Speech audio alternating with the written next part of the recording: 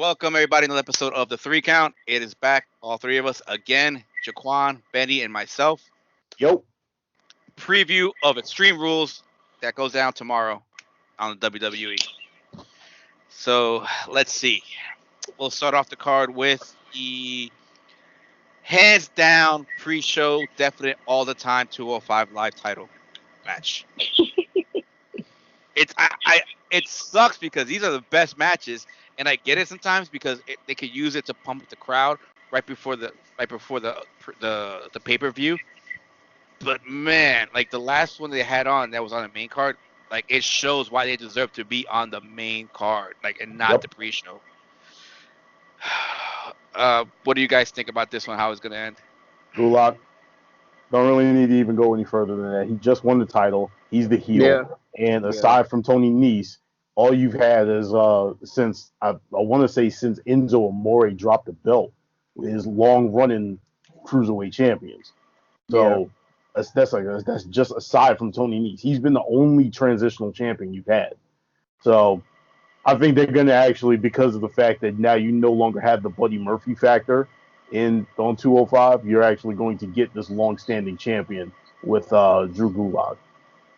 And they need to build someone to be the new face. So yeah, Gulak. Yep, I agree. It's gonna be, and Gulak is gonna win that hands down, without a doubt. Going to the next one. What did I have here? Let's go to the tag team titles. So we got the Usos versus the Revival, which might be also on the pre-show. If not, it might be the first match to start off everything. Ugh. I would say if this match was a non-title match, I would say the Usos. But right this second, I don't think they're going to take the titles off of the Revival. I'm at a loss about that one, just because of the fact that I could see them giving them the belts, but right now I don't think the Usos actually need the belts. They need to start building new tag teams.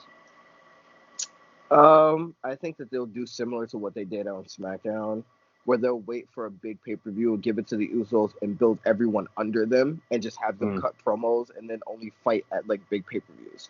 So like, I think the Revival take it now, but it's a dusty finish. Yeah. Or something happens, and then they get a rematch at SummerSlam, and then that's when they win. And of course, we're still talking about the Revival still being in contract negotiations. So. Yep.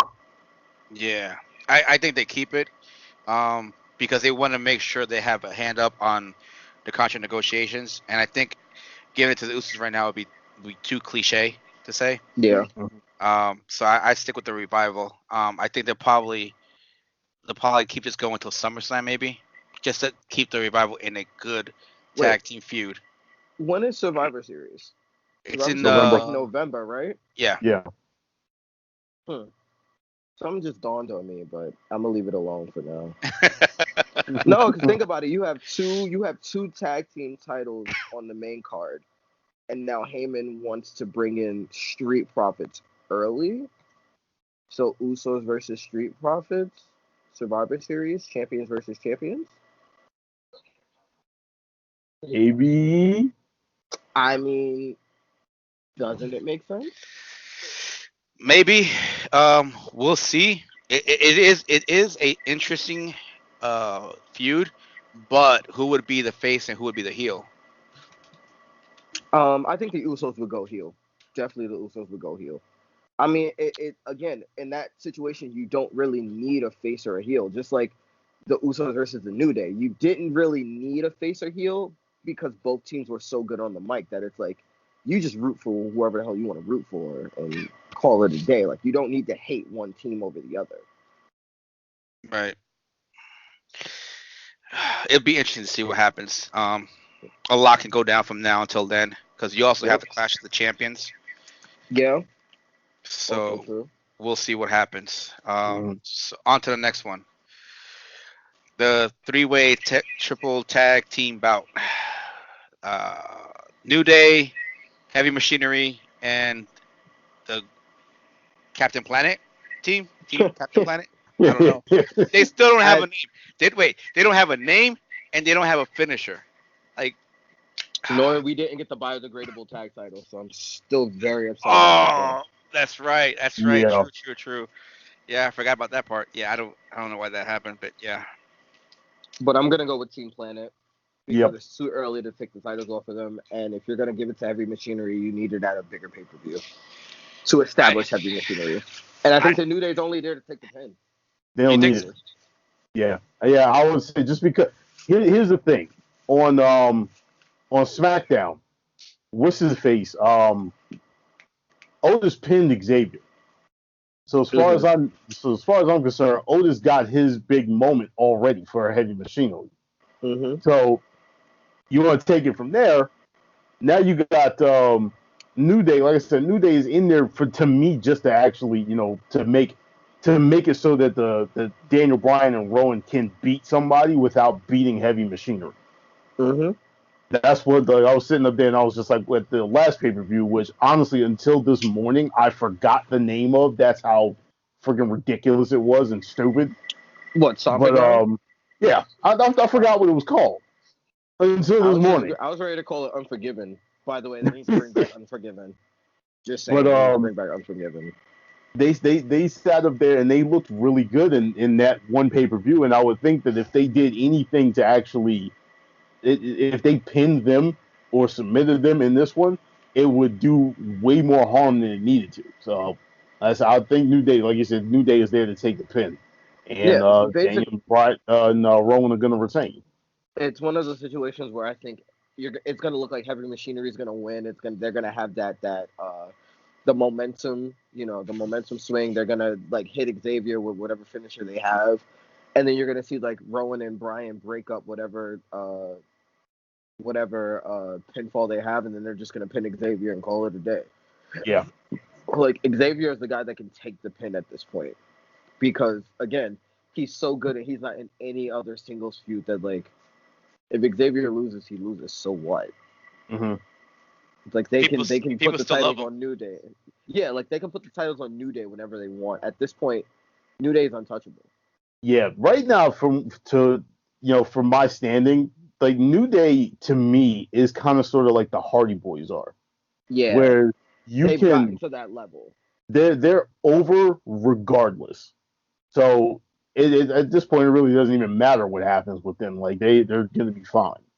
I feel like it's the same thing with them and the Usos. They've gotten to that Hardy Boys, Edge and Christian, and Dudley Boys level where like I don't care if they can lose for the next year. They're never not going to get a pop.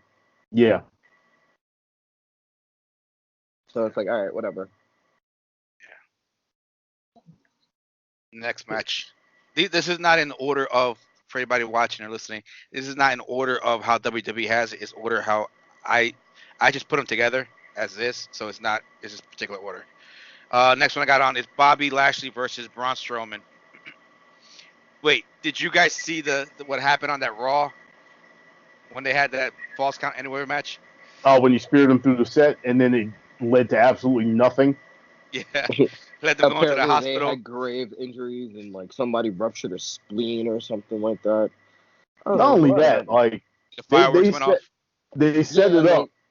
They set it up to the point where it was just like, oh yeah, maybe this is how they bring in, the new set now. So now you have basically a rehash of when Rhino gored Chris Jericho through the SmackDown set and tore it up. So then you ended up with the old style with the fist going through the set and everything like that. They said the people up there thinking it was going to end up like that, and then the next week on Raw it's the exact same thing.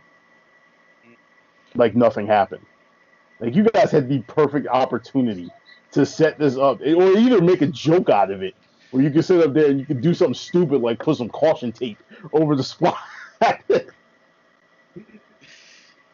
Yeah, I don't know how I feel about this one. I think this is just one of those like we don't know what to do with them, so let's make them feud, and then they make them do arm wrestling, tug of war. I don't know what else. Falls Count Anywhere match. I'm waiting for Braun Strowman to have to do the Bobby Lashley obstacle course that Sami Zayn set up. Oh my god! It's like it's a shame. And then the problem is that they don't know what to do with Bobby, and they don't want to give Braun that push anymore. So it's like, all right, Well, yeah. actually, I heard contrary to that. Now that new management's taken over, that Braun may be getting set up for a push, which is why I think. Yeah, because apparently Heyman likes him. Of course, Heyman likes him. Heyman wanted him to be a Heyman guy for the longest time. Him and Samoa Joe are like the two guys that Heyman loves at the moment, outside of Roman Reigns. I don't know why they never gave Heyman a stable. Like, oh my god. Nobody knows. Again, how long have we been asking for that? And for him to be given a female superstar. How long have we been asking for that? And it's like, I'm giving up on asking. I They gave don't him a know. show, so it's like, all right, we'll see what happens. You know what I want. You know what? Never mind. I'm not even gonna say that because there's honestly just gonna be a sort of rehash with Brock. I was gonna say give him Shayna when she comes up, but yeah, you got the same type of situation where you got an MMA star being paired together with Heyman, and then going out there, he's gonna be cutting the exact same promo about Shayna Baszler victimizing people and all kinds of other stuff. I think if they're gonna do it, they should do it with someone who needs help on the mic. Because Shayna doesn't need no help. any help on the mic whatsoever. Nope. Like I'd say give him Sonya Deville and have Sonya Deville go completely like fade to black on Mandy Rose, since you're gonna push Mandy Rose by herself anyway. I think Mandy. Not Mandy. I think Sonya's gotten a little better on the mic.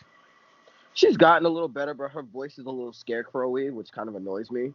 Yeah, but nothing to do about that. I mean, not to mention, I just hate the fact that they're placating on the fact that she's openly gay. Like, why her gear went from. My question: are we going anywhere with that now? No, that got scrapped too.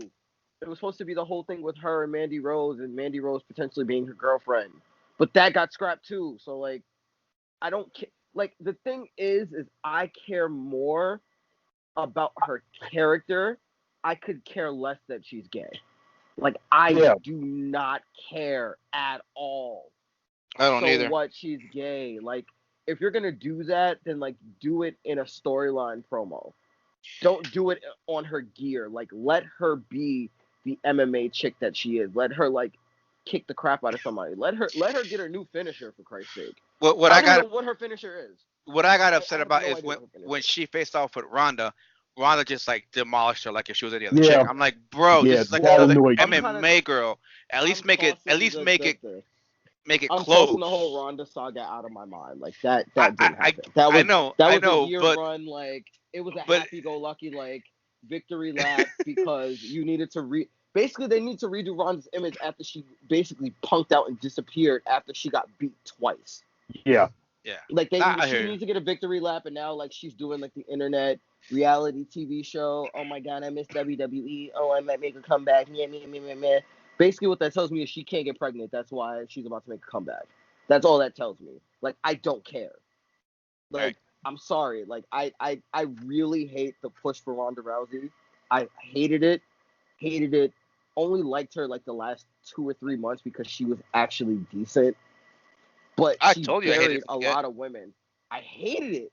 I told you I hated it from the get. Like, it was a bad idea. It was a good idea. It was good intentions, but a bad idea. Yeah. That's what I was trying to say. Coming back to the show. Bad execution, yeah. That's another thing. Bobby and Braun. I will give this one to Braun. Yeah, I'm going to go with Braun on this one, too. I really don't have a reasoning behind it, other than the fact that Braun seems to have more of a direction than Lashley does. Mm-hmm. Other than that, I have no other reasoning for it. Yeah. Listen, if they ever turn Xavier Woods heel, that's what they need to give him. For Lashley? Yep. Wouldn't be mad at it, but I just wouldn't want it to be a rehash of Lio Rush. I think he'll be better than Lio Rush because he looks older and more mature, and he actually can wrestle with the big boys, unlike Lio Rush. It wouldn't be like a young, flashy, trash talking kind of dude. It would be more of a God, what's that old white dude's name? Oh God, Jesus. He was like really big in like the 70s. Oh my gosh. That's a lot of them. God, I can't think of his I was gonna say name. really big, as in really like as a like had a lot of heat Like on him, he was a or he's a manager. fat dude. He was a little chunky, but it was King Kong Bundy. he was a heel manager. He was Oh, Classy Freddie Blassie. no. What did he God. look like? I want to say he had like a blue suit or whatever, but Heenan. I didn't know why that name. No, God, you're probably thinking the wizard guy. Was it like did he have like a was it Bobby Heenan? Like he just went into the Hall of Fame. Bobby Heenan wore a lot of different suits, bro, and he had sparkles on his shirts too. Well, but I mean, like he was that kind of manager where he was just like he could take anybody and then he would just create this buzz around them. Where like you could just give him anything. Yeah, because the thing is, that's how I feel Xavier Woods is. Like he's that kind of guy where like you can throw him in a wrestling match and he'll give you a great match, but you throw him on the mic, he can make anybody. He can get anybody over as a heel or a face. Yeah, this is why Bobby Heenan was one of my favorite managers of all time, heel managers, was because you hated Bobby, so whoever he managed, you like automatically 100% just hated the guy, and then Bobby would do so good, so great on the promos. You'd be like, bro, I freaking hate you even more. You hate it, like everything about him and his stables, like, and he was so good at it, like it's ridiculous, bro. Like that's what WWE needs to get. I really often wonder if they could ever really turn Xavier Woods heel. Because like even when the New Day were heel, they weren't heel. They weren't hated. They weren't hated. They were just more annoying. Like I really wonder if you can make Xavier Woods like a true heel. I don't know if he would do it. To me, he's too likable, man. Yeah. His brand is too big now, especially with the video games and everything, that you can never do it. But I would just love to see it. It's like if you get a heel Kofi Kingston. Like it's one of those random, like really good guys that you would just wonder if they can make people hate them. It just depends on how they do it, to be honest. Because if they just turn him heel and it's not done right, then it's not gonna garner the heat that you want him to get. Right. So you're pretty much going to be like when New Day, like you said, like when New Day turned heel, they weren't really heel. They became annoying. Everybody kept following and liking them still, because it wasn't that much of a big heel turn. It wasn't much heat towards it.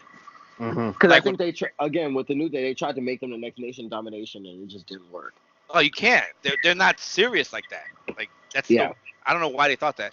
But onward. All right, so we all take Braun on this one. Yep. All right.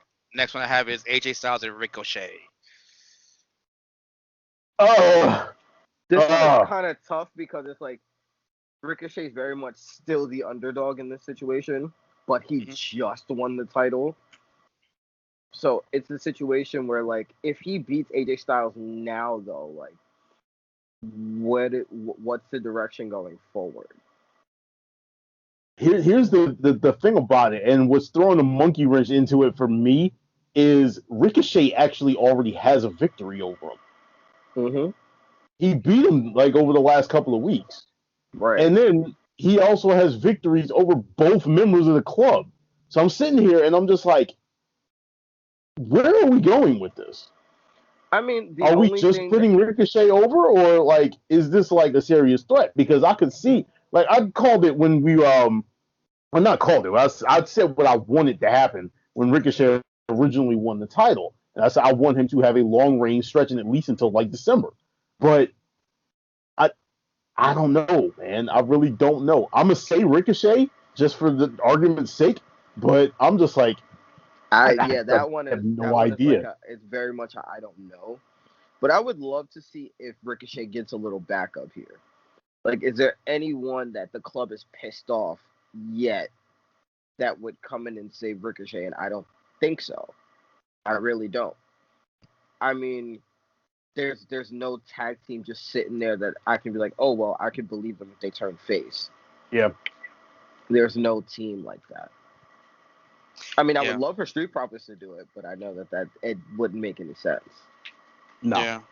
Yeah, I'm torn on this one too. Outside of the fact that he's an NXT guy, like that's the only thing I could see. but like Ricochet and even Ricochet in NXT didn't really have any cross promotion with the Street Profits, so Right. it doesn't make much sense. Yeah, and I'm also torn on this one, because like again, he deserves a long title run with this one, at least until Royal Rumble, that which could then open him up for another title shot in WrestleMania. So it's one of those. How do you get him be taken serious without losing the belt against AJ, who's putting the Bullet Club back together again? I mean, I think it's very much a Johnny Gargano versus Undisputed Era situation where he can still win, but he has to win by the skin of his teeth. Like it can't be a decisive afterwards. Yeah, it can't be a decisive win. Well, the thing I'm looking at here too is if you've noticed the last few, I'm not sure if you guys have paid attention to the last few shows completely, but AJ has been getting on top of Luke and Anderson about taking things serious. Yeah. And that has them not being serious has cost them wins against Ricochet. Mm-hmm. So I wonder if something like that's going to happen in this match that will let Ricochet win, and then AJ's going to snap on both of them, and then they're going to get serious, and they'll make a serious run on the on either this belt or something else. You know, maybe this might be a crossroads for that for all 4 or 5 in this one. No, 4. Sorry, I'm not sure where I got 5 from. No, he's going with that one. Where Ricochet beats AJ, and then and he starts another feud sometime after this, and Bullet Club picks a feud with somebody else. You know, but they're more serious. I would love for Ricochet to get into a feud with Buddy Murphy after this. That would be phenomenal. Oh yes, it would. Bro, those matches. That would be especially at was it him that it was Velveteen Dream that he fought for the North American title. But like that's a feud that I've always wanted to see. Because you got to think. I always love the non-Americans going after the U.S. title. It always tickles me for some reason. Because after Sunday, it's 1 month away from SummerSlam. Yeah. Right. So it's like either you end this feud now, or this feud's gonna go into SummerSlam. And then it's gonna have to be like a Ricochet and 2 mystery partners against AJ and. I don't want to do that because I think that cheapens the title even more than what it is. Yeah, it takes the spotlight off the title completely because now it's not a title match. Now it's just a 3-man tag. Yeah, I don't want. Like now you need to highlight that title as much as you can. It needs to be. This one and the IC title have been like in the dark for I don't know how long now. I lost track of time. Years, actual literal years. But like I mean, John Cena's run. Yep. Going back to this, I think they're gonna give it to Ricochet, and like I think I agree with you, skin of his teeth, maybe like a cheesy roll up or something. And I could see where AJ will probably get a pin close to the ropes. You get a 1-2, and Ricochet puts his foot on the rope like last second. Yeah. Mm-hmm. And restarts the match, and then that's when Ricochet comes out. Oh, please God, no more match restarts. We've been doing this shit so much right now. Let the ref actually look confident, please, and like actually see his foot on the rope. Yeah. Like this would be the one match where like he needs to pull out the 450 or the 6 whatever the spinny thing.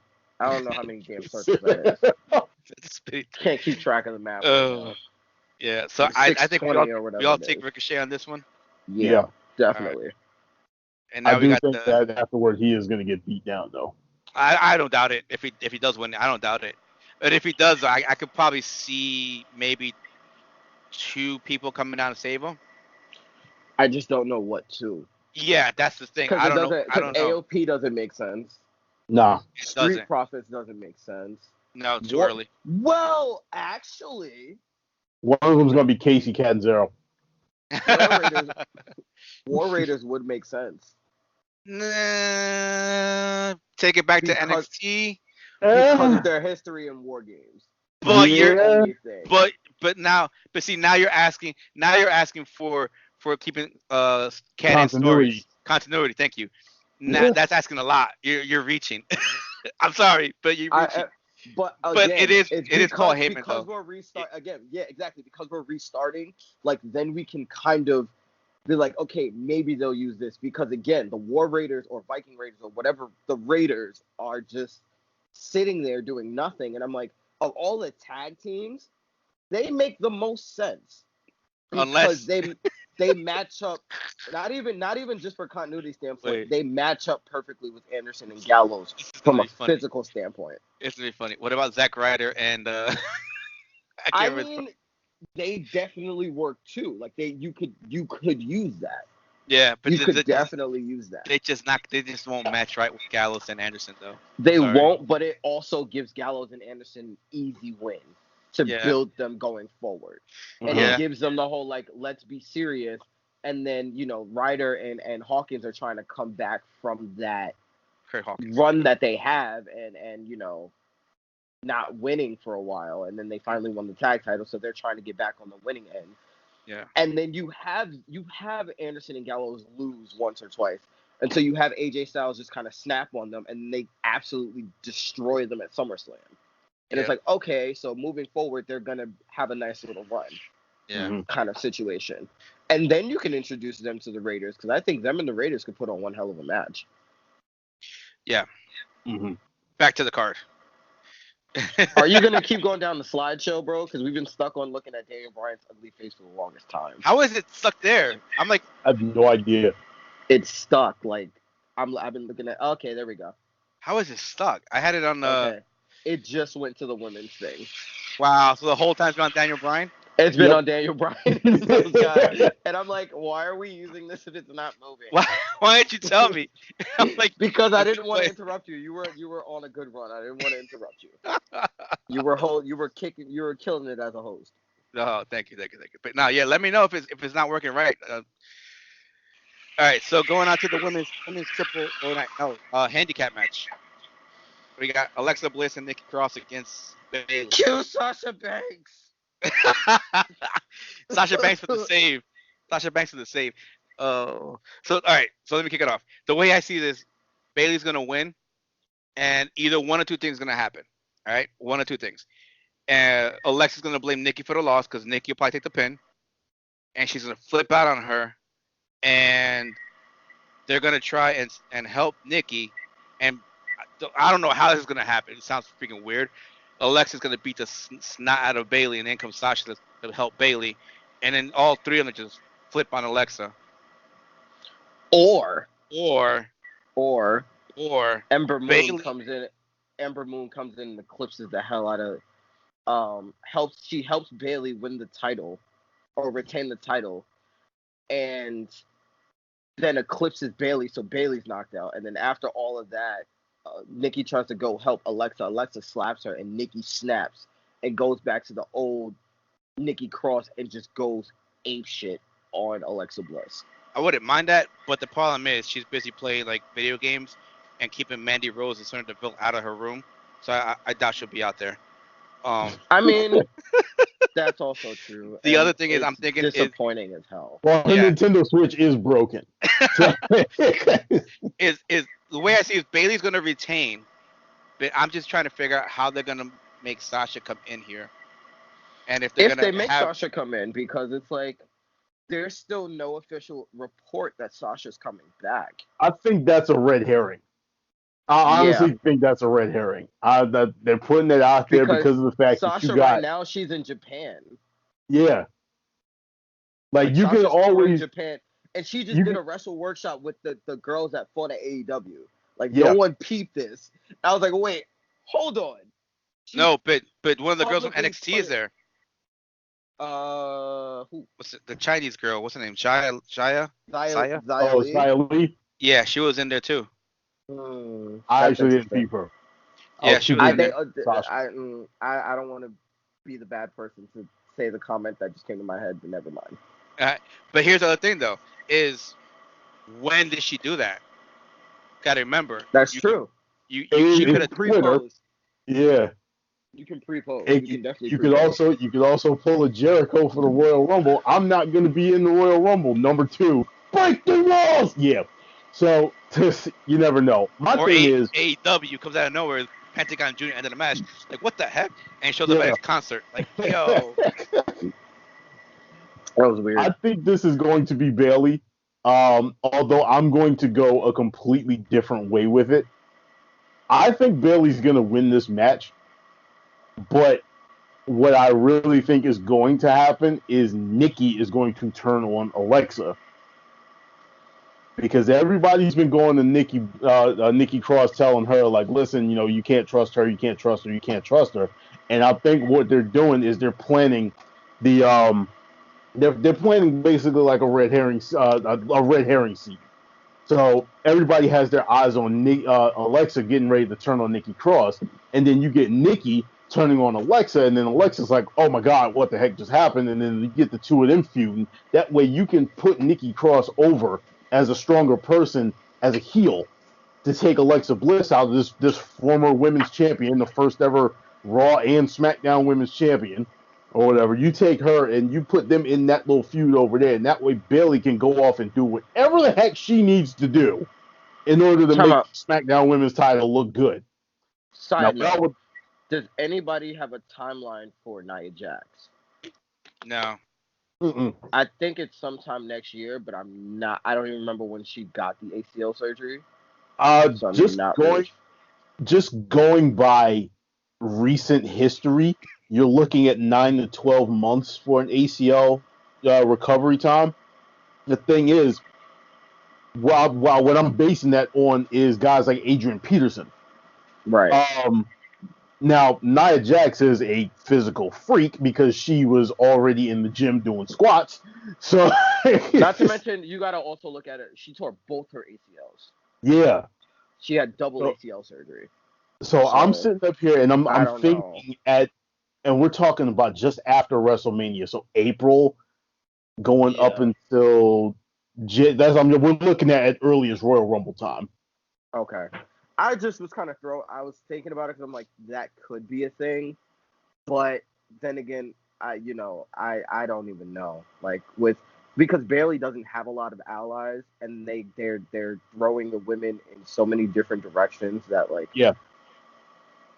I don't know. And Alexa Bliss pisses people off on the regular with that damn show. So yeah, like I said, I feel like there's gonna be someone. I just don't think it's. I don't buy Sasha Banks coming back this soon.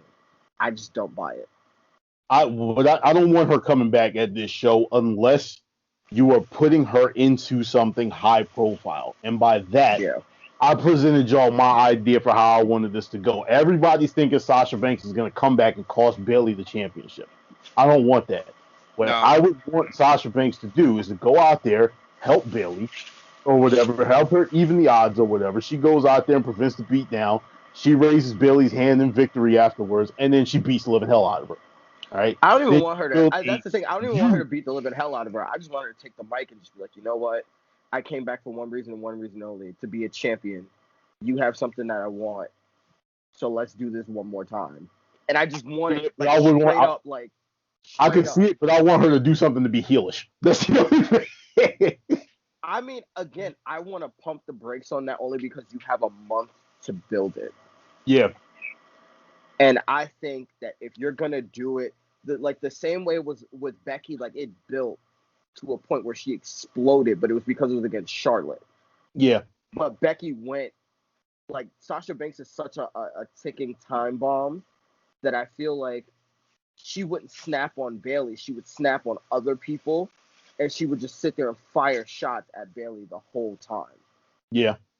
Like, she wouldn't attack Bayley directly because, again, the whole reason this started is because they broke them up. Yep. They so it wouldn't make sense for her to come back and attack Bayley. If the reason why she left is because they wanted to split her and Bayley up, it doesn't make sense. But if she comes back on this whole this renewed fire, and because Bayley's been a little less, bubblegum babyface lately, I could see a situation where Bayley is the one beating up on people, sending the shot to Sasha, and Sasha's just sitting up there like, okay, I see you. And then they just take turns beating the living crap out of the women that they're not using right now. Like Dana Brooke deserves a good whooping. Sarah Logan deserves a good whooping right now. Wow. So I mean, they're not using them for any other thing but main event at this point. Oh, so wrong. Let's keep it a buck. That it is what it is. I know. But yeah. So we all agree on Bailey. Yeah. Yeah. Okay. Let me know if you see the next picture. All right. What do you guys still see? Still the women. Alexa Bliss and Bailey, and Nikki in the back looking like a creep. There it is. All right, there we go. Oh, that's a really bad tan. Jesus Christ. Why does it look like Aleister Black has like fire nipple hairs? Like, I didn't know he was a redhead. You gotta ask Zelina Vega that question. That makes me uncomfortable. If I'm anywhere near Zelina Vega, I am not going to be asking her any questions about Aleister Black. I'm gonna be dodging because I know that black mass is gonna come at any given point. Ask Xavier. That black mass is gonna come. Oh man, so I like this matchup. I really like this matchup. I just feel bad because I know Cesaro's not gonna win. I know he's not gonna win. But this is gonna be match of the night. Yep. Yep. This is match of the night. Going to be match of the night. Mm-hmm. Yeah, it is. I agree too.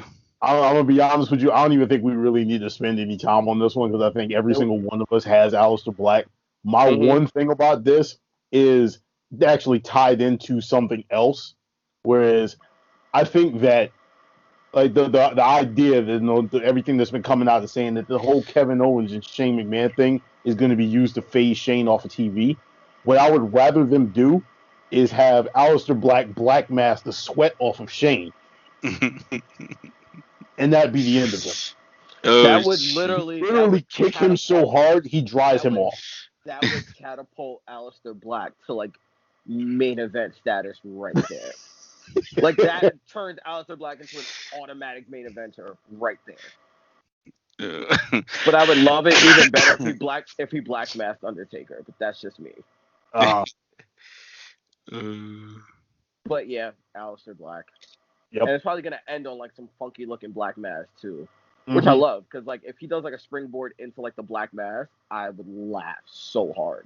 Either that or listening to Cesaro sit up there catching him with the swing, and then actually lets him go. And like he rolls, lets him go and gets black mask in the midst of. He's like swing, lets him go, and then like he just rolls up, clip, and like spins on top of it. And he's still dizzy, like what the just happened? But just hits him with the old. I'm talking about like NXT level, like his mouth guard flies out, black mask. Yep. All right, so this is pretty much all the agreement. It's Aleister Black. Yep.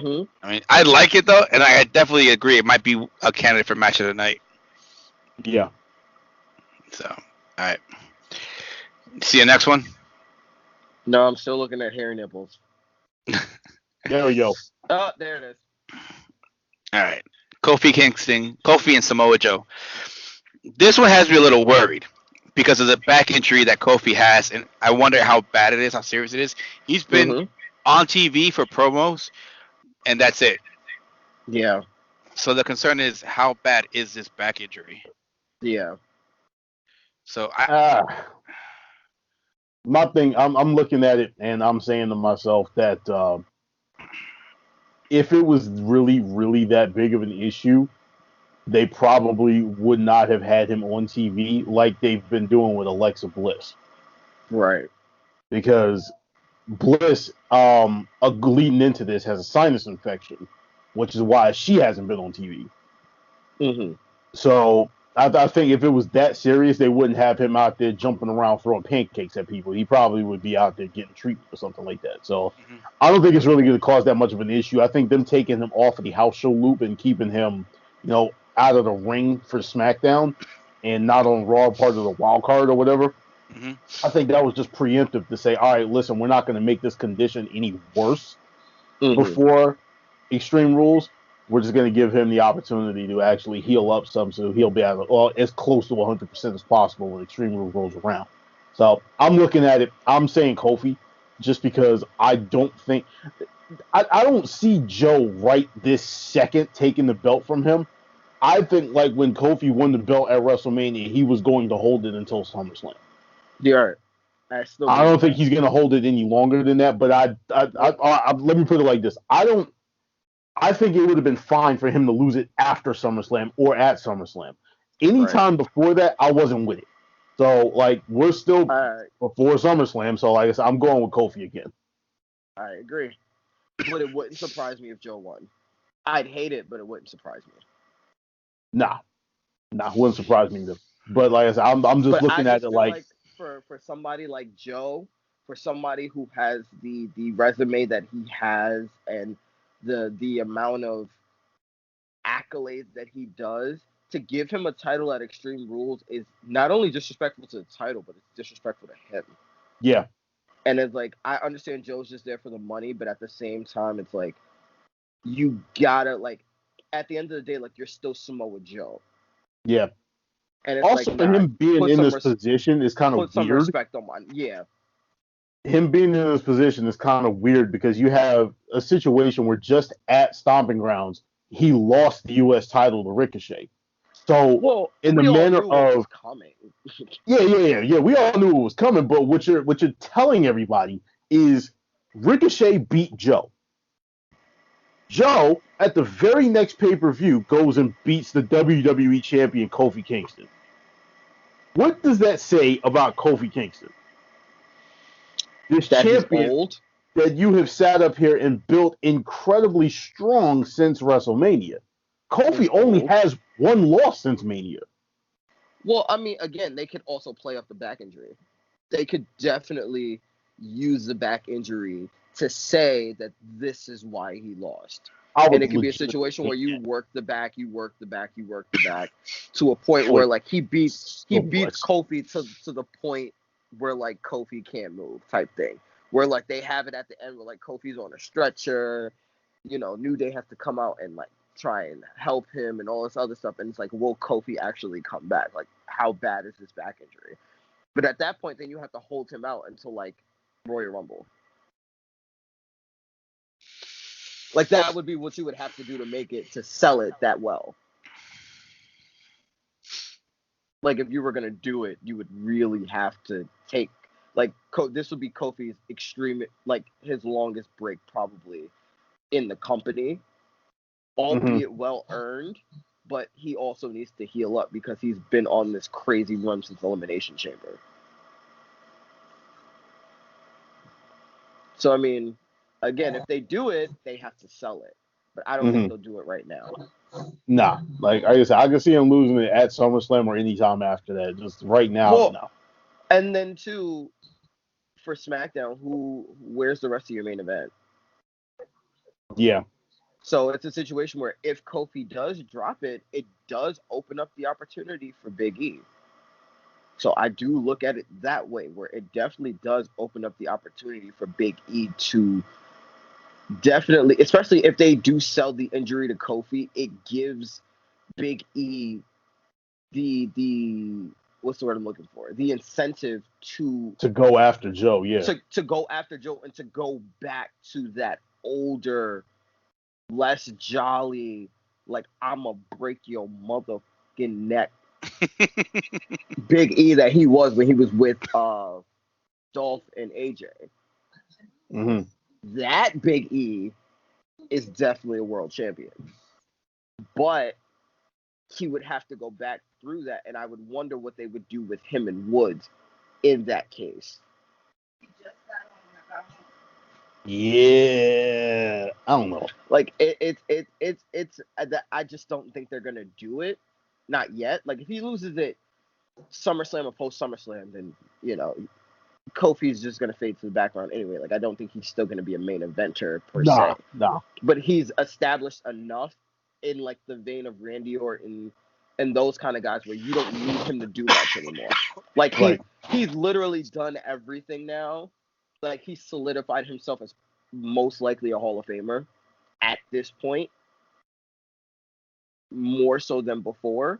Has Kofi Kingston won the Intercontinental Championship? Yes, twice. All right, right now he has the old Grand Slam. Yes, he has the old Grand Slam. I mean, but there's two people that have the new Grand Slam, and I don't really count that right now because I don't really take the Universal title seriously. Nah, fuck it, dope. Yeah. So it's like, Kofi he doesn't have the classic one, much the way, Randy Orton does, but he has the Sheamus one. Only thing I think that Sheamus has over him is that Sheamus has won the King of the Ring before. Right. And I think Sheamus won the Royal Rumble. I don't remember.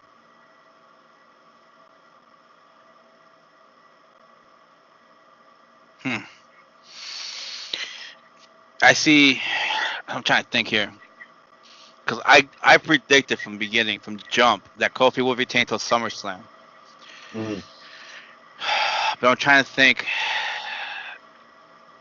who would he face in SummerSlam? It would have to be Joe again. Like, either again, Joe I don't think this would be a definitive finish. I mean, you could throw in Drew McIntyre if you wanted to. I would agree with that. I mean, you could, because you got Alexa coming over from Raw and challenging the SmackDown title, so I could see that happening. The other thing you could do, and I would absolutely hate it, is Roman. Yeah, that don't make sense. So the way I see this working out is, I think Kofi pulls it out. Either he wins it, but barely wins it, or, going by what you're saying, Samoa beats him in SummerSlam. Kofi wins by disqualification. Joe does something to get disqualified. Like you were saying, he snaps. He'll snap in the middle of a match. Maybe he does everything to him, and Kofi kicks out. He can't get the pin. And he just snaps, and then he does something and gets disqualified, and Kofi wins. So it's not going to be like a strong, like, it's something that's going to keep Joe strong, so that he can get the rematch at SummerSlam. Because even though the McMahon said no rematches don't exist anymore, we've seen them; they do exist. So I think this will continue to SummerSlam, and I will go with you, and I will say this will happen in SummerSlam, and Samoa will be given this title in SummerSlam, which is well worth it, I think. And Kofi did have a good run with it, and he just needs a break now because he's been like everywhere, So I think Kofi wins it, but I think he wins it by the skin of his teeth. Yeah. I think it'll be a situation where he gets put in the coquina clutch. You think he's about to tap or whatever, or pass out. He like slips out of Joe's legs and just kind of like rolls him up and pins him. Like, Joe's on his back. It still has the coquina clutch in, waiting for Kofi to pass out, but then Kofi like kind of like does like the Royal Rumble Kofi and like flips over and pins Joe. Yeah, like how they did with Kyrie and Shayna Baszler. Yeah, that whole thing. Gotcha. Yeah, I can see that happening too. Yeah. I'm going with Kofi anyway. So. Yeah. And the next one is Mr. Sweats. Oh God. God, I hate this match so much. Oh, I hate this match so much. This makes no sense. Burns. It makes no sense. The child in my soul, like. But I think you're gonna need a palate cleanser of a match, which this will be, before you get to the main event. This is literally here's the question. This is my here's the question. Is this not the main event? Oh, hell no! No way. You cannot have this main event. You can't have this main event. Here's the caveat to it. It's very possible. Here's the caveat to it. You have Shane McMahon, you have Roman Reigns, and you have The Undertaker in this match. All three of them. I could very easily see this match going on last. I know. And believe me, I almost put it as the last one, but I was like, no. There has to be a palate cleanser between Kofi Samoa and the Becky Seth matchup. And this is it. This has got to be it. You can't put any other match between it, because if you put Kofi Samoa and they have a good match, and then you have Becky and Seth defending their titles right after that, it's like, bro, the crowd's still on the high. So I think this is a good palate cleanser of a match to put in between both of those. Because you're not going to expect much. All you're going to see here is power moves. It'll be the main event, or it'll be up 2 slots from where you have this one. Like, it'll be a lot earlier than we think it is. quite possibly might be, but I don't see why they should put both the Kofi match and then the Seth and Becky match right behind each other. I think that would be a bad idea because I think the Kofi match is going to be a lot earlier then. I think the Kofi match so? might be in the middle of the show. I really do. Okay. I Yeah, just thought it could possibly be. Yeah. Well, they do some crazy because I feel like they would put this match on either right before or right after the U.S. title match. That's just me though. Like because they've done it before where it's really funky, and I could see them doing the Strowman match and then doing the women's match and then doing the Aleister Black match, that doing the AJ Styles match and then doing the Kofi match and then throwing on something in between and then this and that Seth in them. Like they could really mess up or like they may even push a tag title match to later. Just so, like you said, be the palate cleanser. All right. But yeah, I do think this match is the main event. Unfortunately. Yes. This one is weird because the way I look at it, you just never know with Shane in a match. Yeah. Shane's like the new Roman Reigns. That boy don't lose. Well, I think that this match ultimately is a setup for Mania for next year. And it's definitely a setup for Undertaker versus Mac. Yeah. Because Undertaker wants that match. And Mac is, obviously he wants that match. And Roman and Shane are just there to like finish off their feud. So like I could see Mac getting the pin on Undertaker. Like I could see that. And then Undertaker coming back for Royal Rumble saying, you know, you got me in a tag match, but I want you one-on-one kind of situation. Even though we know Undertaker's going to lose at WrestleMania. At this point, it's not even a surprise if he loses anymore. Mm-hmm. So, damn sad. I could definitely see that. Yeah, it's depressing because they just won't let dead dogs lie. Like he doesn't. If anything, he just needs to be more of a manager-producer situation. He doesn't need to be an active wrestler. Right. Like, if anything, again, he should be pushing their dark characters, and they're not doing that.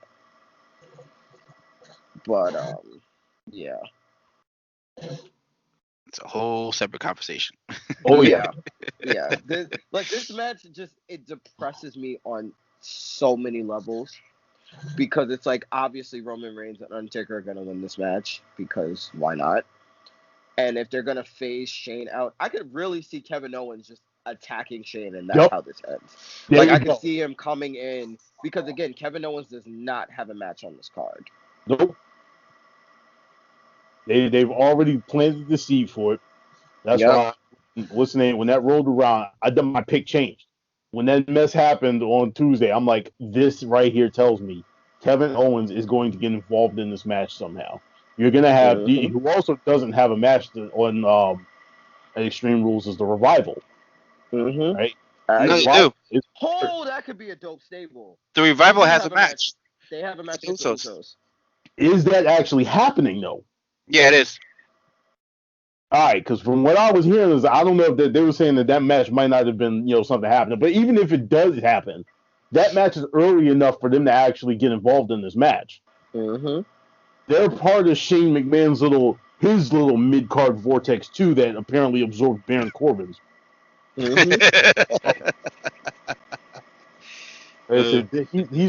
all a part of that too, so they could have them come out or whatever, and then you have Kevin Owens coming out there to even odds. Like I want to see Kevin Owens do a pop-up powerbomb so bad, and I don't know why, but like that's the type of move that needs to happen. Like that's the one that Shane needs to get hit with. Like I could see him stunning everyone else, and I could care less, but I want Shane to get hit with a pop-up powerbomb. Like on his neck to a point where like it looks like he's about to catch a seizure. What I would like to see is him. He sets him up for the stunner or whatever. Like he kicks him in the stomach, and then he has him wrapped up with the head, and then it's just like, throws him off. Right to the rope. Pop a power. Mm-hmm. Oh shit! Savages, bunch of savages. Where the hell did I find you guys? Shit. Listen, Listen, at that this is a point, if lot your last name is tamer than what I've McMahon, said I've wanted to happen. All right. yeah, I especially advocated for Brock Lesnar F5ing Shane and his kids. that is true. That is true. I'm gonna tell Joe. Joe, where do you find these guys? They're savages, bro. Listen, personally, I wouldn't even mind if Roman Reigns like speared Shane in the knee and he tore his ACL. That's just me. Shit. Golly, bro. We're talking about the guy's livelihood here, man. Oh wait, he's rich. He doesn't Listen, have one. He has one I was about already. to say, no. His last name is McMahon. He gonna be alright. Yep. Oh, We're we know. talking about the guy who got like legitimately belly to belly suplexed through a real glass Forget all plate. that. Your man he fell from the top of the freaking entrance scaffold after getting hit in the back with a freaking kendo stick by Steve Blackman and survived. I don't want to hear that, bro. Good guy. I don't want to hear nobody talking about woe is Shane. Fuck Out of here. Whoa, is Nah. Shane. Listen, The way I you see need to this get going. that salt and pepper cut out of here, G. Get all that. Y'all took it. Y'all took it to the extreme, man. It's Extreme Rules. Like, let's get back to the origin of the pay-per-view, please and Yeah. thank you. Like, I wouldn't mind if they went old school Stone Cold and had like a freaking forklift come and like you chain Shane's knee to like the forklift and hang him upside down and just beat it with a freaking kendo stick. This is what I see. I will take a little bit of what you guys both said, and I see somehow Undertaker, because this is a match where Undertaker gets taken care of. He's not going to be expected to do much. He'll do his, old school. He'll do this. He'll do his spots, and it'll be all Roman after that. But in order to do so, I think Undertaker will get taken out by the Revival and Elias. Like, it takes 3 of them to take him out. Yeah. And it will leave Roman alone to face Drew and Shane. And that's where Kevin comes in. He fused with Shane, leaving a Drew versus Roman match in the ring. And I think in order to piss everybody off, I think Drew will beat Roman. That's the way I see it. I feel like if anyone's gonna take out Undertaker, it would be Drew, just to set up the WrestleMania match later. Yeah. Like I don't see. I see those guys, because even the guys you just named, I see them attacking Roman more than attacking Undertaker. Like I don't see them having the balls enough to attack the Undertaker kind of situation. Elias would. I see. Elias, but you got to think too. We can't. I think to me it's too early to plant the seeds for Mac and Undertaker at WrestleMania. I think that needs to happen either sometime later, like around September, October. That happens in the Royal Rumble. Or it could happen in Royal Rumble. But at least start planting a little bit here and there, September, October. Maybe a Survivor Series. But now to have it planted now, it's a long way, and a lot can happen from now to next year. You need to have it a lot closer. Didn't they set up the Roman and Undertaker thing like a year ahead of time, but like the previous year's Royal Rumble, where Roman like eliminated Undertaker out of nowhere, and it was like, wait, what? No, I think that happened at the Royal Rumble right before that. Oh, because I just feel like even if they don't quote unquote take out Undertaker, like there's gonna be like a Claymore, like a vicious Claymore, like outside the ring or something. Yeah, I mean, the only one I remember comes to mind that was planted early was Rock and Cena. But yeah, that had to be because the Rock's TV schedule, movie schedule, and look how it played out. It was a pain in the ass because it's like now you have Cena trying to do everything else, but this is going to be the WrestleMania match, so you really can't book him into a lot of things. So it's annoying because because if you do that, then you're leaving Drew kind of on the sidelines until WrestleMania to do nothing almost because you're building his feud with Taker. Either that or you're putting him in a position where, like, say, just for argument's sake, you were to give him a championship, he would have to lose it before WrestleMania. Yeah. But I mean, again, him losing a match at Royal Rumble and then showing up in the Royal Rumble doesn't hurt him. It doesn't. It doesn't hurt him. And him getting any other title but a world title at this point, that would hurt him. So they wouldn't put him in any title feuds. But here's the thing. If you have Drew winning a title, going to Mania to fight Taker in a title match, you know Taker's not going to win that match. Well, that's the thing.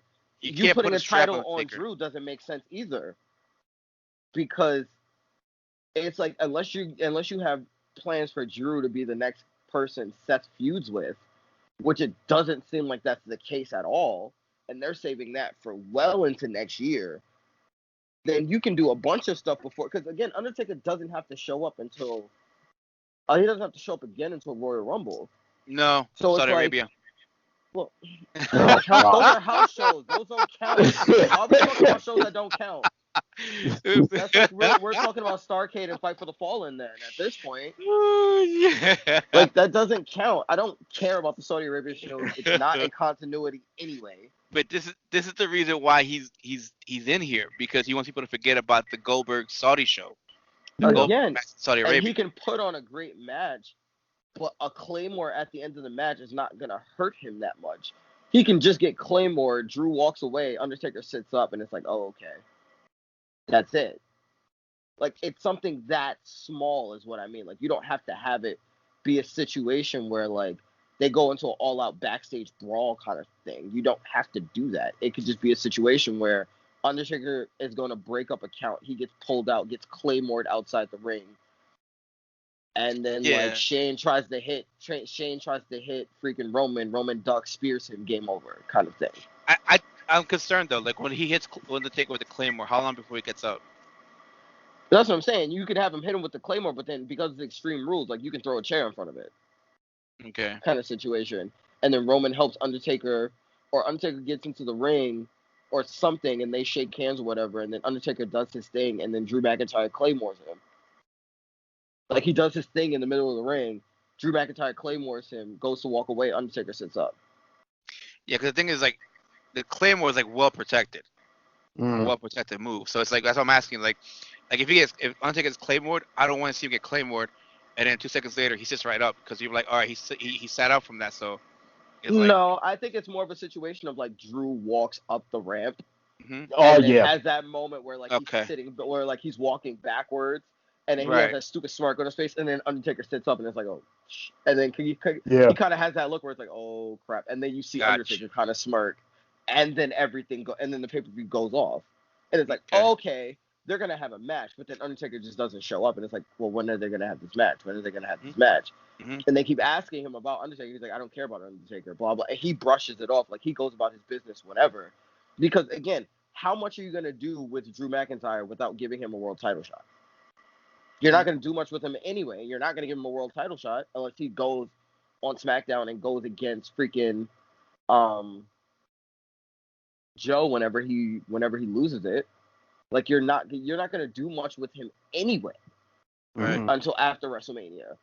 So it's not like we're changing much here. Gotcha. Yeah, that was just my concern, because, like, I like the idea you said with Drew starts it out by hitting Taker with the Claymore, but that was just my concern was if he hits him with the Claymore, he sits up. How long before he sits up? Because you really don't want to bury the Claymore move. Because that's like, I felt it's well protected. But the way you said it though, is that he hits him, then he walks away, and like by the time he gets to the top of the ramp, like Taker sits right up. But then that's the thing that's too. Dope. It's a situation where Undertaker's the caveat to most moves, because Undertaker has that I'm not human, I'm still like the Undertaker. So like you can hit him with any sort of move where it would knock out anyone else, and Undertaker still sits up, and it's like, okay, because it makes Undertaker look strong, but it doesn't kill the Claymore, because it's like, well, it's the Undertaker, so you expect him to get up. Yeah, like he's still the dead man, even though he's lost all these matches or whatever, because if he's old, now that he's had the surgery, now that he's had that point where like he puts on a great match, again, you can give him a Claymore outside the ring, and he gets hit, and it's like, okay, he's out. But then it's also a situation where like Drew's also tired, so Drew hits him with the Claymore. They're both laid out outside the ring. Roman hits Shane with the spear. Game over. Boom. Right. They do the whole hand raise thing. Yada yada yada. Roman leaves they give the the whole handshake or whatever. Roman leaves the ring, and then Undertaker does the thing and then gets Claymored. Because as soon as he goes down to do the whole like eyes behind the head thing, he gets cracked. I'm cool with it, except for one thing. The handshake has to be the old Macho Man and Hulk Hogan manliest handshake of all time. I mean, it's good. As many times that they've fought at this point, and with the WrestleMania match that they had, I'm sure it'll be one of those situations. Oh, where Roman, yeah, brother. Oh, Jesus Christ. Next match. I never gave mine. I'm gonna go with Roman and Undertaker just because of the fact that I think that Kevin Owens is going to step in at some point, and he's going to be the one that actually cost them the match. Shane and Drew the match. But yeah, let's move on. All right, and we have what I feel is going to be the main event. When I looked at this, and I think it's well deserved because I think there could be a couple swerves here or there. Well deserved. Okay. Is a mixed match challenge. The mixed match match, Seth and Becky against Corbin and Lacey Evans, where if either Becky or Seth get pinned, they both lose their titles. I don't see that happening. I don't either. I just think it's funny though. I have to give you guys my bullshit one first, just because of the fact that I thought this up and I'm an idiot. Baron Corbin hits Seth Rollins at the end of days. They lose the titles. Brock Lesnar comes out and cashes in on Lacey Evans.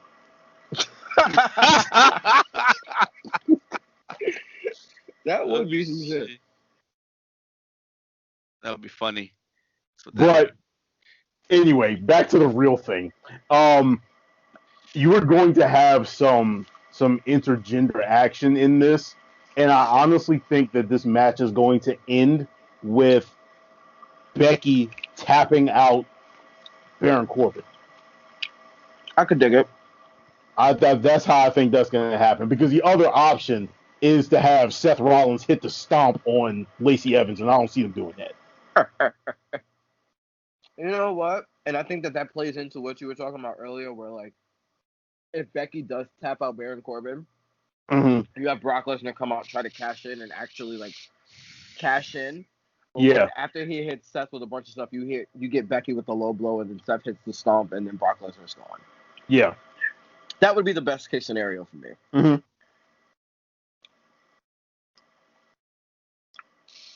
I don't know. I like the idea, but dude, that would be like what? I don't see them screwing Brock like that, because I don't see them screwing the Money in the Bank like that again. Mm-hmm.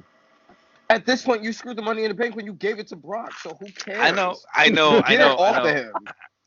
Like, just get it off of him. God. I know, but that's like, and this is the thing I hate, because I always saw the Money in the Bank briefcase as your get out of jail free card. But when they gave it to Brock, I was like, that's the dumbest thing you could have done. You put it on somebody that's not on TV. Like, okay, I see your point there, but your counterpoint to that is he's never gonna cash it. If he does cash it, you know he's gonna win it, because you're not gonna bury him like that, like you did Baron, and you did. My whole thing is, are you burying him if he just doesn't show back up? No, you don't bury him because you want him away anyway. Oh, that's not burying him. If anything, that's putting Seth and Becky over, which is what you're supposed to do as a veteran anyway. That Brock doesn't give a fuck. Here's a swerve I'm thinking of, and here's the red herring. I'm like going back to what Benny was saying. I think this could be the red herring for Sasha. Huh. In this match? Yeah. Huh.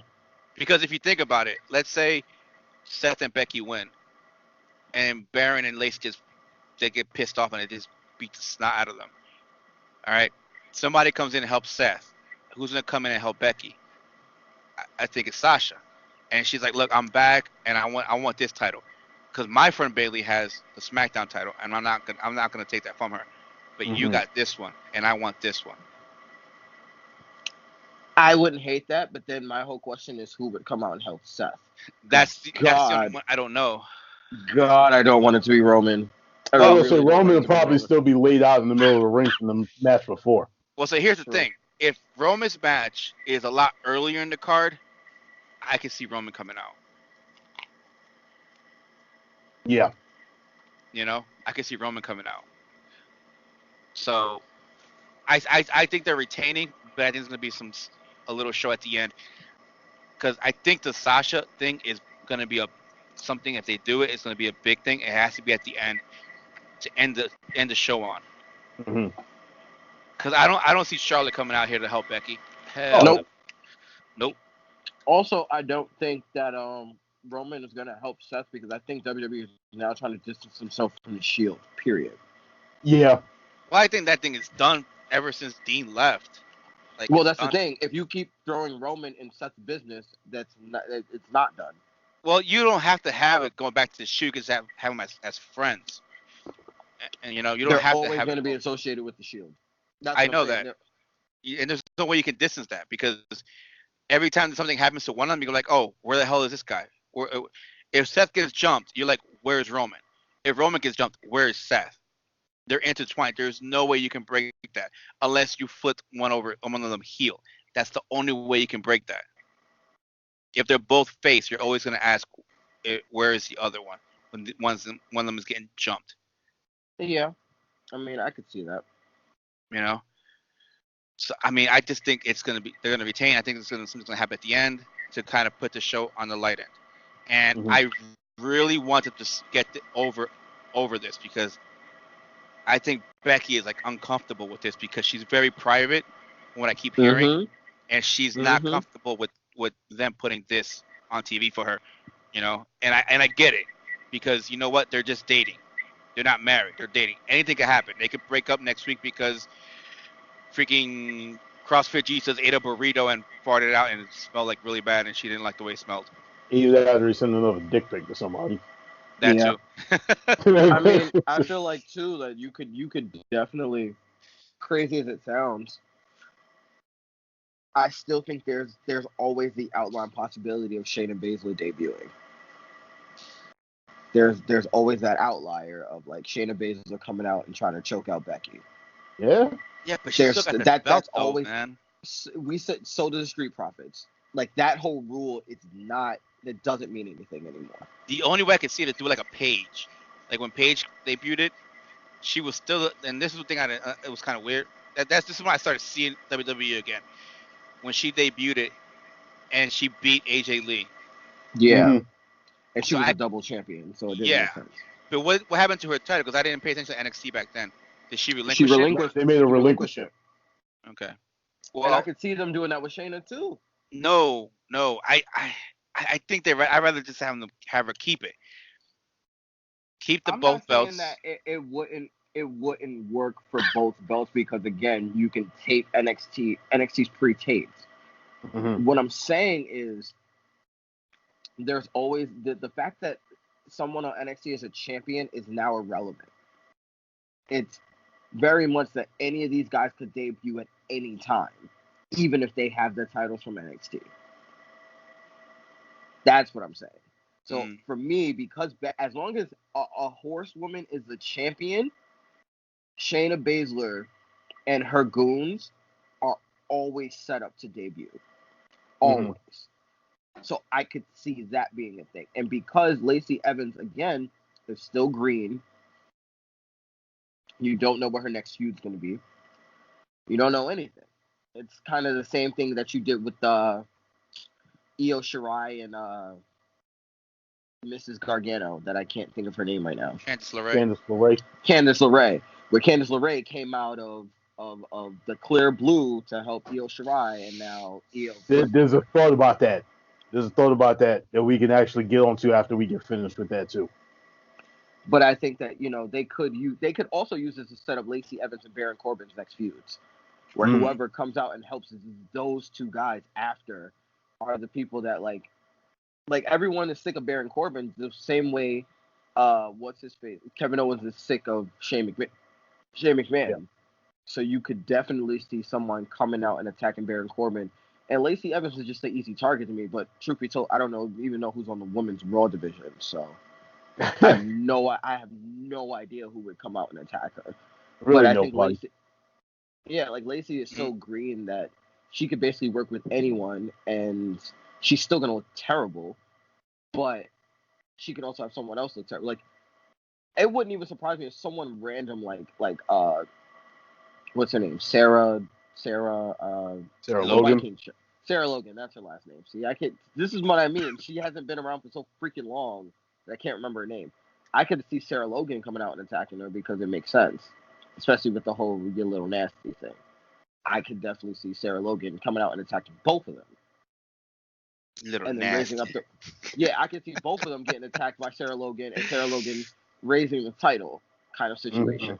Like, I don't know how long it's going to be for Ruby Riott to come back, but I could definitely see Ruby Riott coming back and attacking somebody.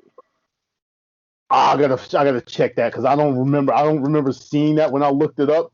I know that she has, I think it's like either a torn bicep or a torn pec or something. I thought it was like a torn rotator cuff, but it's something upper body. Yeah, so I thought it was. It's not like she has to. Yeah, I don't remember exactly what the situation was. But again, like, Ruby Riott is another one that still needs to come back and debut. Mm-hmm. Because again, the Raw Women's division is sparse. Like, it is a wasteland right now. Yeah, and it doesn't help that you took Alexa Bliss and decided you wanted her to go after the SmackDown title. It really doesn't. Nope. But again, I've never been high on Alexa in terms of being a main card of act. I've never been high on Alexa. Nah, neither have I, but she's a draw. So you can which doesn't make sense to me because it's like I don't get the draw.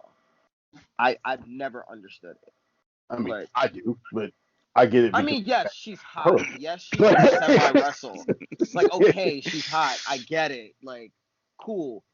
But, like, she's also been so limited in terms of her skill set because she feels like a heel is supposed to have a certain skill set versus a face. Like, if she was a face, I could see it because then she can really show what she can do.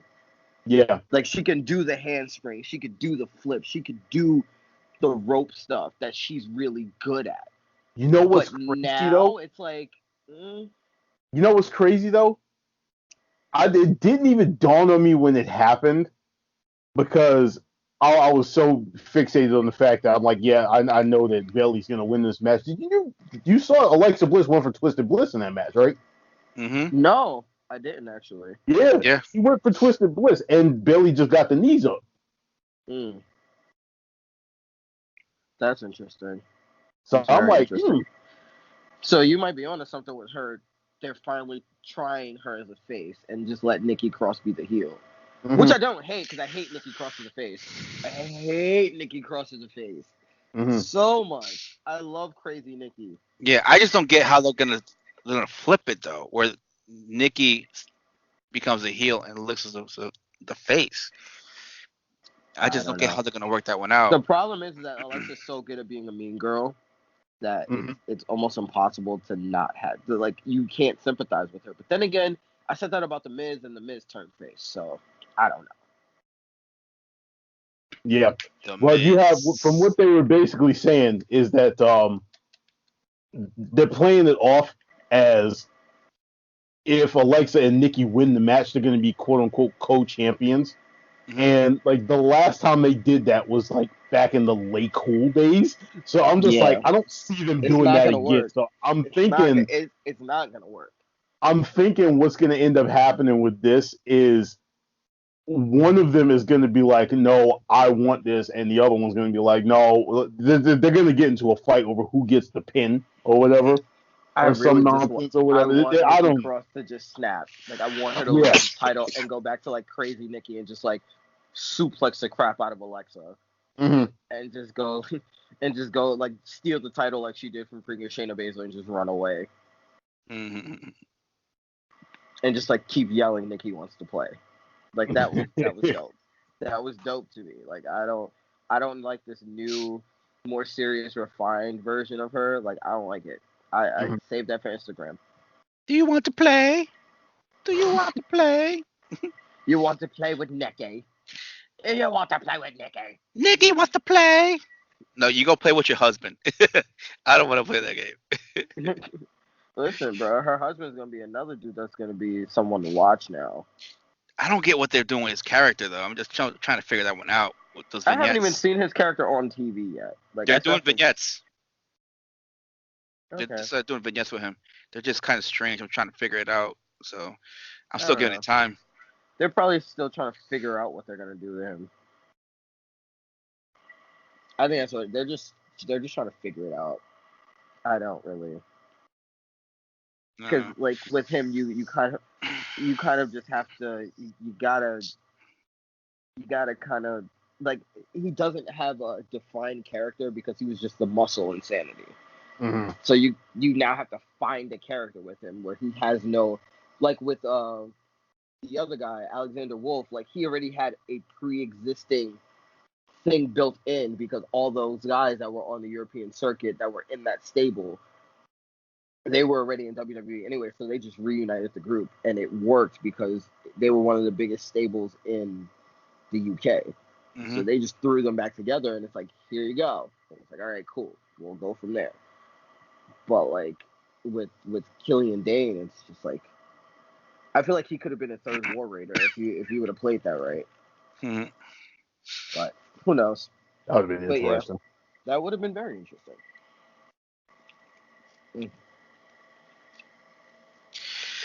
All right, ladies and gentlemen, that's the end of our preview for Extreme Rules. We'll be back with another episode, possibly as soon as we can, with a review of what we thought of Extreme Rules and where we think some of these storylines will go after the show, if anything has changed or any surprises or swerves have come into play during the show. And we would like to thank you for this episode. It has been fun, like always. Until next time. And shout out to the other sports market analysts. And one more thing before we head on up out of here. Jaquan, I just have to let you know, you went out there, you put out that picture of you being the Pharaoh. As I said, me and my 3 Egyptian god cards here have something to say about that. So